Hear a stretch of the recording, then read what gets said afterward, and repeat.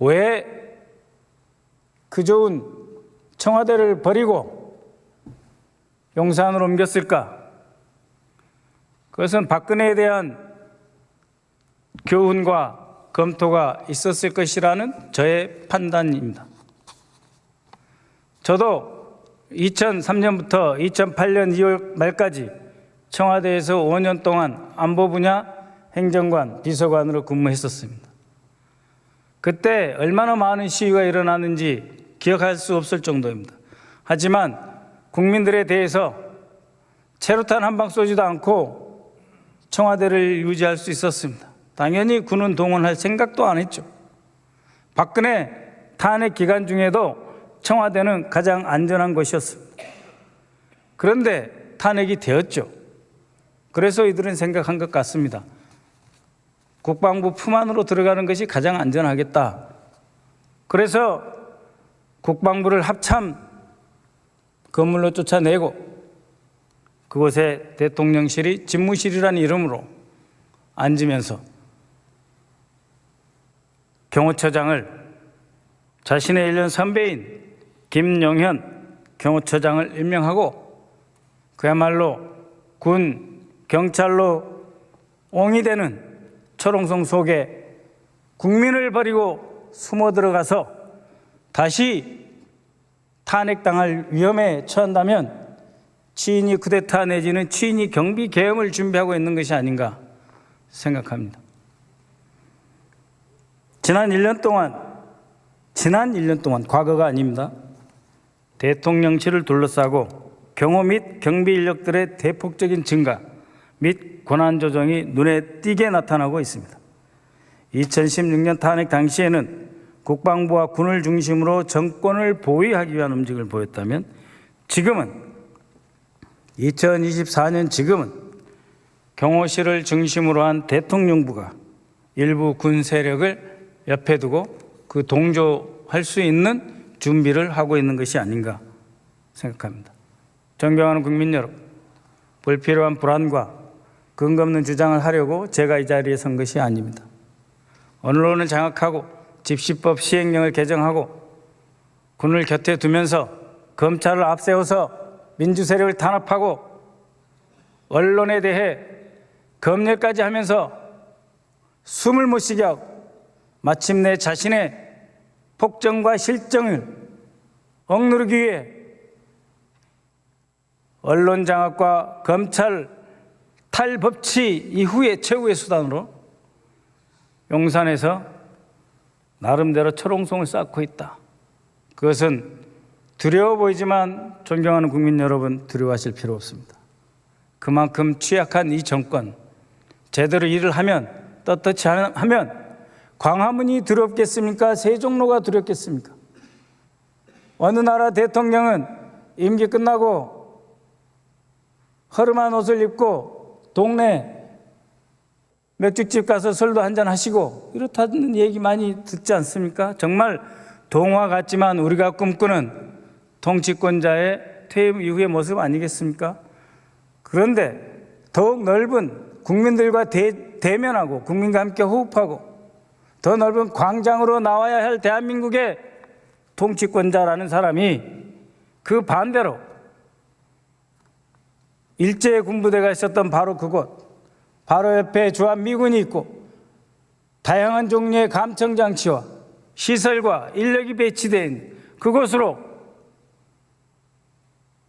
정말 죄송하지만 숨어 들어가시는 그 모습, 과연 국민을 상대로 정정당당하게 더 나은 대한민국의 미래와 국민의 안위와 국민의 생활을 함께 챙기겠다는 그러한 철학이라면 그쪽으로 갈 수 없는 것이죠.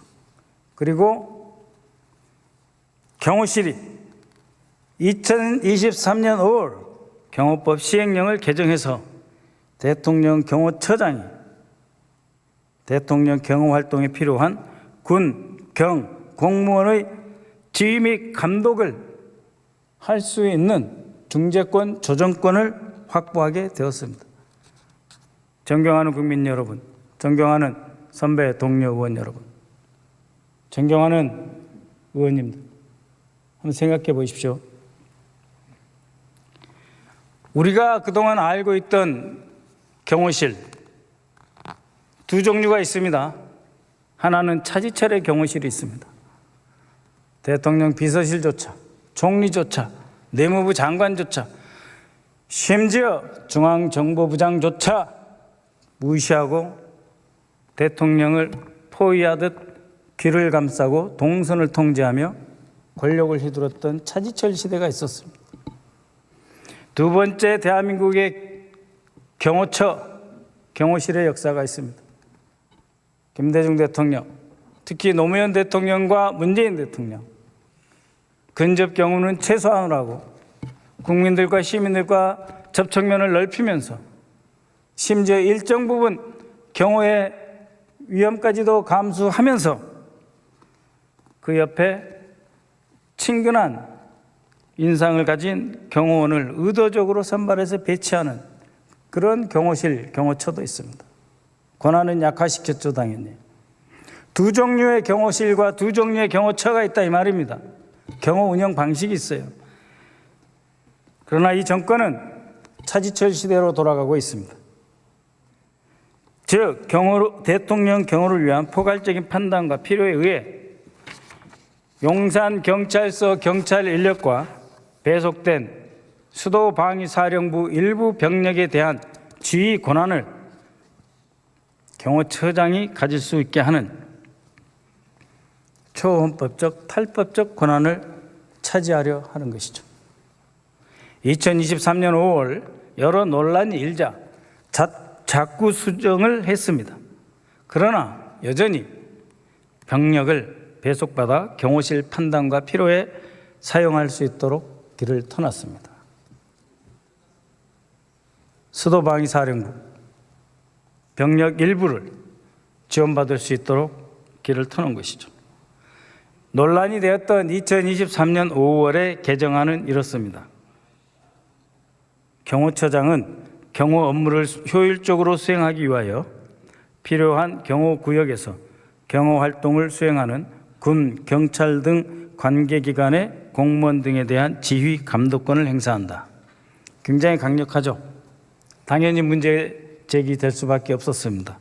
그래서 이렇게 바꾸었습니다. 잘 들어보십시오. 경호처장은 경호 업무를 효율적으로 수행하기 위해 필요한 경우 관계기관의 장과 협의하여 법 제15조에 따라 경호구역에서 경호 업무를 지원하는 인력, 시설, 장비 등에 관한 사항을 조정할 수 있다. 지휘 감독권을 행사한다 하는 것과 조정할 수 있다 한다 하는 것과는 같은 말입니다. 법률적으로 같은 권능을 가진 것입니다. 용어만 다른 것이죠. 아까 제 앞에 진종호 의원께서 말씀하신 이거야말로 양두구육이죠. 이처럼 집시법 시행령 개정 그리고 대통령 등 경호에 관한 법률 시행령 일부 개정이 되었고 지금 또다시 이례적인 일이 벌어지고 있습니다. 이미 벌어졌습니다. 용산경찰서 이례적인 인력 충원입니다. 서울에 있는 경찰서 평균 1.1% 인력이 보강되었습니다. 그에 비해서 용산경찰서 11.1%의 병력이 증가되었습니다. 2023년 현재 용산경찰서에 배치된 경찰력은 842명으로 2021년에 비해 그러니까 문재인 정부에 비해 17.1% 123명이 증가했고 서울 다른 경찰서들의 평균 1.1%를 훨씬 상회하는 인원 증가율을 보이고 있으며 지금도 계속 축차적으로 증원되고 있습니다. 이는 대통령실이 과거 청와대 경호의 경부 업무를 일부 담당했던 종로경찰서의 662명, 2021년 현재 662명보다 30% 많은 숫자가 용산경찰서에 배치되어 있습니다. 당시 청와대 경내외를 경호하던 101단을 원을 빼고 말하는 수치입니다. 용산경찰서에 과도하게 경찰력을 배치한 윤석열 정부의 의도가 무엇인지 의심하지 않을 수 없습니다. 자, 그러면 지금부터 잠시만 주목해 주시기 바랍니다. 제가 구독자분들을 위해서 선물 하나를 준비했는데요. 제가 항상 여러분들께 드리는 말씀이 있습니다. 뉴스만 평소에 잘 챙겨보셔도 돈이 되고 돈을 벌 수 있다라고 말씀을 드렸는데요. 여러분들은 여기 보시는 삼성전자 뉴스를 보고 어떤 생각이 드세요? 아니면 정치인들의 뉴스, 날씨 뉴스를 보고는 어떤 생각이 드시나요? 그냥 뉴스만 보고 끝내는지, 아니면 이 뉴스를 어떻게 이용할 수 있는지, 이 부분을 고민하고 계시는지를 되물어보고 싶습니다. 그 이유가 뭐냐 하면 제가 지난번에 여러분들께 뭐라고 말씀을 드렸었죠? 지금은 반도체 섹터를 눈여겨보셔야 한다고 말씀드렸습니다. 그리고 나서 이런 썸네일들 뉴스를 통해서 많이 보셨을 겁니다. 반도체 내용이 이슈가 됐을 때 부자들은 어떻게 생각한다? 반도체 관련주들은 뭐가 있는지, 어떤 종목이 가장 좋은지, 어디에 투자해야 돈이 몰리는지 자연스럽게 생각한다고 제가 말씀을 드렸죠. 그 이유가 뭐냐 하면 부자들이 봤을 때는 이슈가 곧 돈으로 이어지고 그 이슈가 나에게 돈을 벌어준다는 경험적 확신이 있기 때문에 부자들은 항상 이런 사회적 이슈를 관심 있게 챙겨본다고 제가 말씀을 드렸습니다. 이번에도 마찬가지인데요. 제가 지난번에 시청자분들과 함께하는 주식으로 수익 내기 이벤트를 진행했었죠. 당연히 100% 무료로 진행을 했었고요. 여기 보시면 아시겠지만 제가 지난번에도 구독이라고 보내주신 모든 시청자분들께 반도체 관련주 중에 가장 크게 급등할 딱 한 종목, 많은 종목도 아니라 한미반도체 한 종목을 여러분들께 추천드렸어요. 그러면서 여기 나와 있는 대로 정확히 얼마에 매수해야 하는지, 그리고 수익률이 어느 정도 나왔을 때 팔아야 하는지를 이런 부분들까지 여러분들에게 정확히 알려드렸었는데 지금 실제로 어떻게 되었다? 오른쪽을 보시면 아시겠지만 제가 지난번 문자 발송으로 이 한미반도체를 소개해드리고 나서 실제로 이렇게 5배 이상 어마무시한 상승이 나왔습니다. 100만 원만 투자를 했어도 무려 500만 원이 넘는 수익금이 생긴 거죠. 그래서 당시에도 굉장히 많은 분들이 제가 드린 이 한미반도체로 수익을 내실 수가 있으셨을 텐데요. 다시 한번 축하드린다고 말씀을 드리겠고 이번에도 마찬가지입니다. 앞으로도 2024년, 2025년 계속해서 기대해볼 섹터는 AI입니다. 그 중에서도 AI 반도체는 그 누구도 부정할 수 없는 미래 성장 산업입니다. 그러면 우리가 어떻게 생각해 볼 수 있을까요? AI 반도체 종목 중에 앞으로 크게 대장 역할을 하면서 10배 이상 급등할 수 있는 템베고 종목을 지금부터 열심히 추적해야 한다는 겁니다. 큰 돈을 투자하지 않더라도 월급의 일부분 아주 소액이라도 이 종목을 모아가야 수백 %의 수익률을 손에 쥘 수 있는 것이죠.